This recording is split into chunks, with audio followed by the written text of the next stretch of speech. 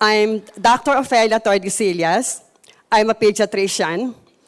I graduated from the UST College of Medicine in 1974, had my board exams in 1975, had my internship and pediatric residency training program at UPPGH, and in 1978, I started my private medical practice.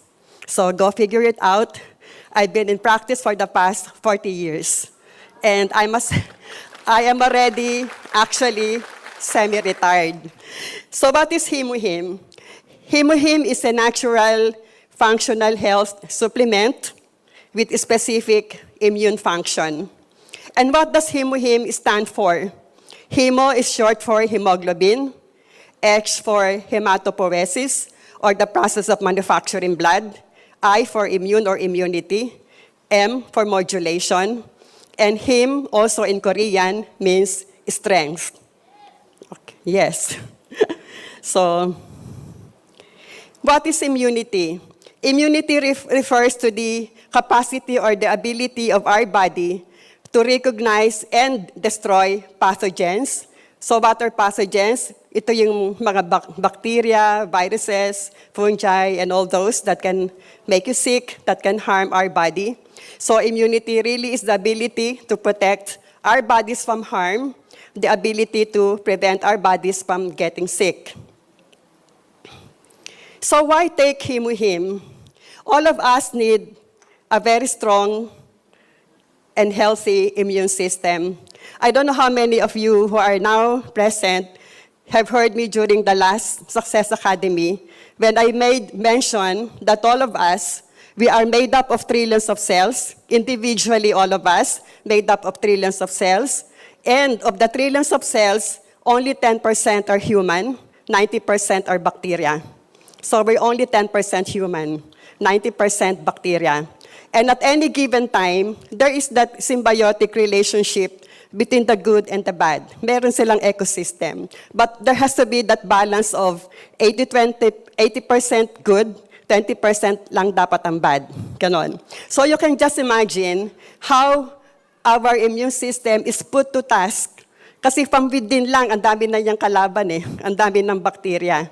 So yung pang nasa labas, mas lalong abundant ang bacteria. So yung ating immune system really works non-stop. So we really have to support our system, our immune system, for it to be healthy. So what can harm our immune system? Environmental pollutants, like the exhaust fumes coming from all those thousands of vehicles around us, ultraviolet rays, alcohol, smoking, eating too much protein, eating too much sugar, fatty foods, pesticides in your fruits and vegetables, stress also. So collectively, or if I may add, anything with preservatives, instant food, lahat ng yan, collectively, we call them the free radicals.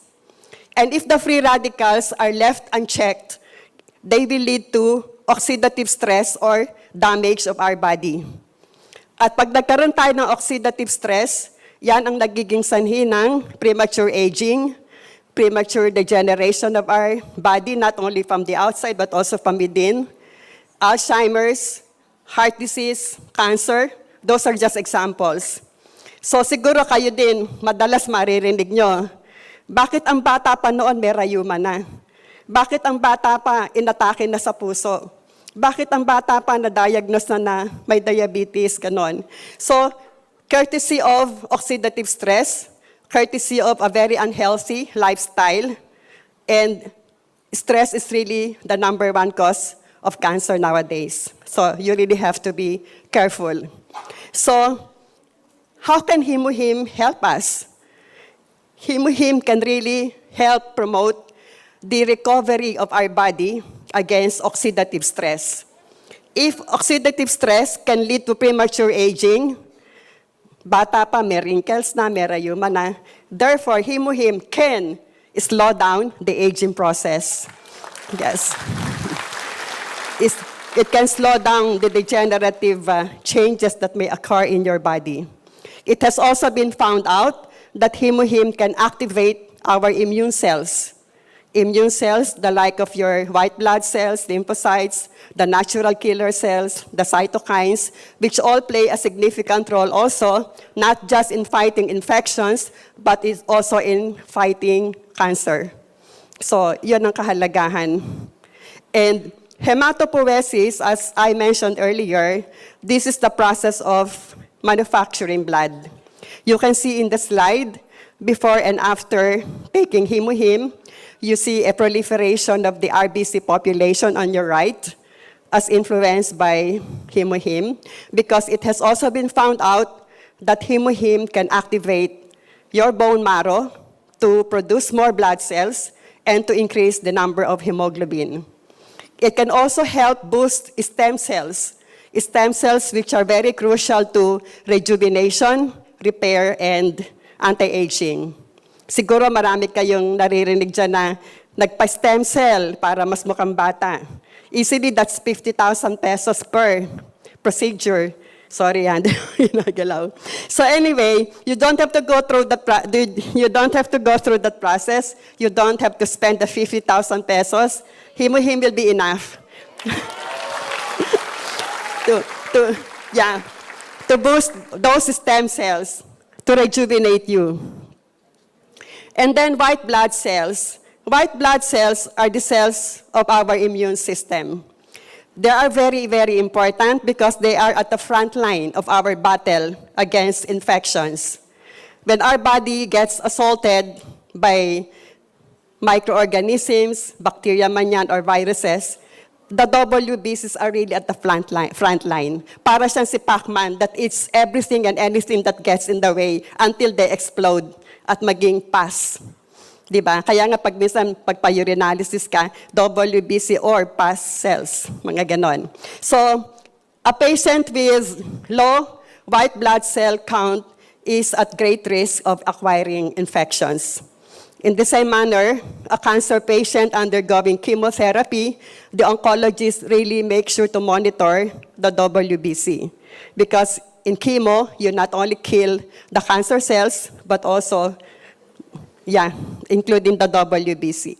And once the white blood cell count really goes down, plunges down, the oncologist is forced to stop the chemo, or else he'll be literally killing the patient.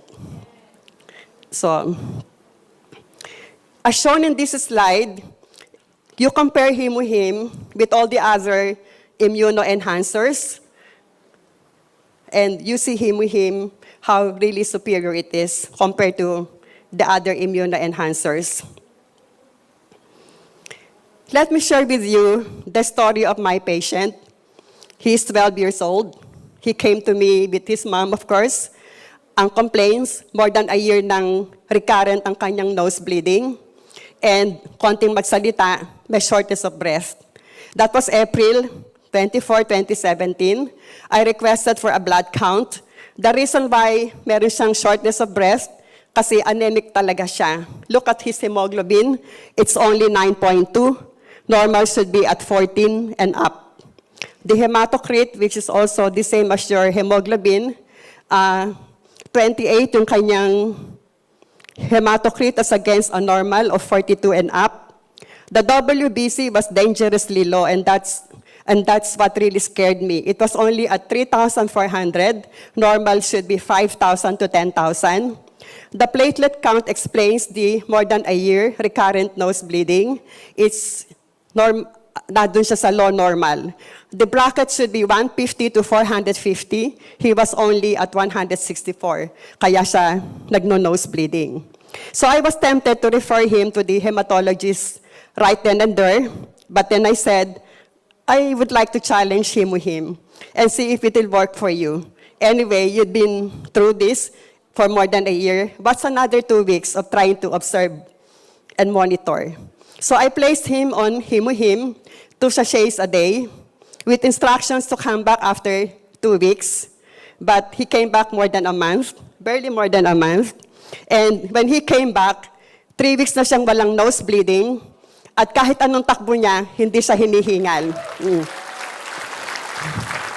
And looking closely at his repeat blood count, May 29, the hemoglobin from 9 rose up to 13.9. And I said earlier, the normal is 14. So it's really at 14 na rin, ganon. The hematocrit from 28 rose to 42. The RBC count, well, it was not indicated earlier, but the WBC from 3.4 rose up to 7,900. And the platelet count, unbelievable, 370. The reason why hindi na siya nagbi-bleed, ganon. When I interviewed the mother and son, most recently when JP came over to our center, they invited the mom and dad. That was the only time I realized, sabi nung mom, actually, doktora, 12 days after pa lang, pina-repeat CBC ko na. 12 days after pa lang ng himuhim, talagang lahat daw tumaas na. Sabi ko, ba't hindi mo pinakita sa akin yon? But nevertheless, it really underscores the point na it's not hemoglobin, himuhim. It's not himuhim for nothing. Di ba sabi ko nga kanina, it can help increase the number of hemoglobin. So you can see very clearly in this example, also the WBC and even the platelets. So that has spared that child from too much physical and financial ordeal had I referred him outright to a hematologist. Nothing wrong with doing that, but I'm just so happy that right now, meron na akong ibang option. Kasi before I was introduced to this, wala akong option eh. It would have been easily dismissing the patient, sige, sulat, padala kita sa hematologist. Ngayon, ang dami ko ng options, and it's really making me a lot more fulfilled in my medical practice. Really. So that was the comparison side by side. So himuhim is perfect for everybody, from athletes to housewives to workers to students to elders. We all need physical strength, especially so for the aging population, because the aging population is more susceptible to a declining immune system.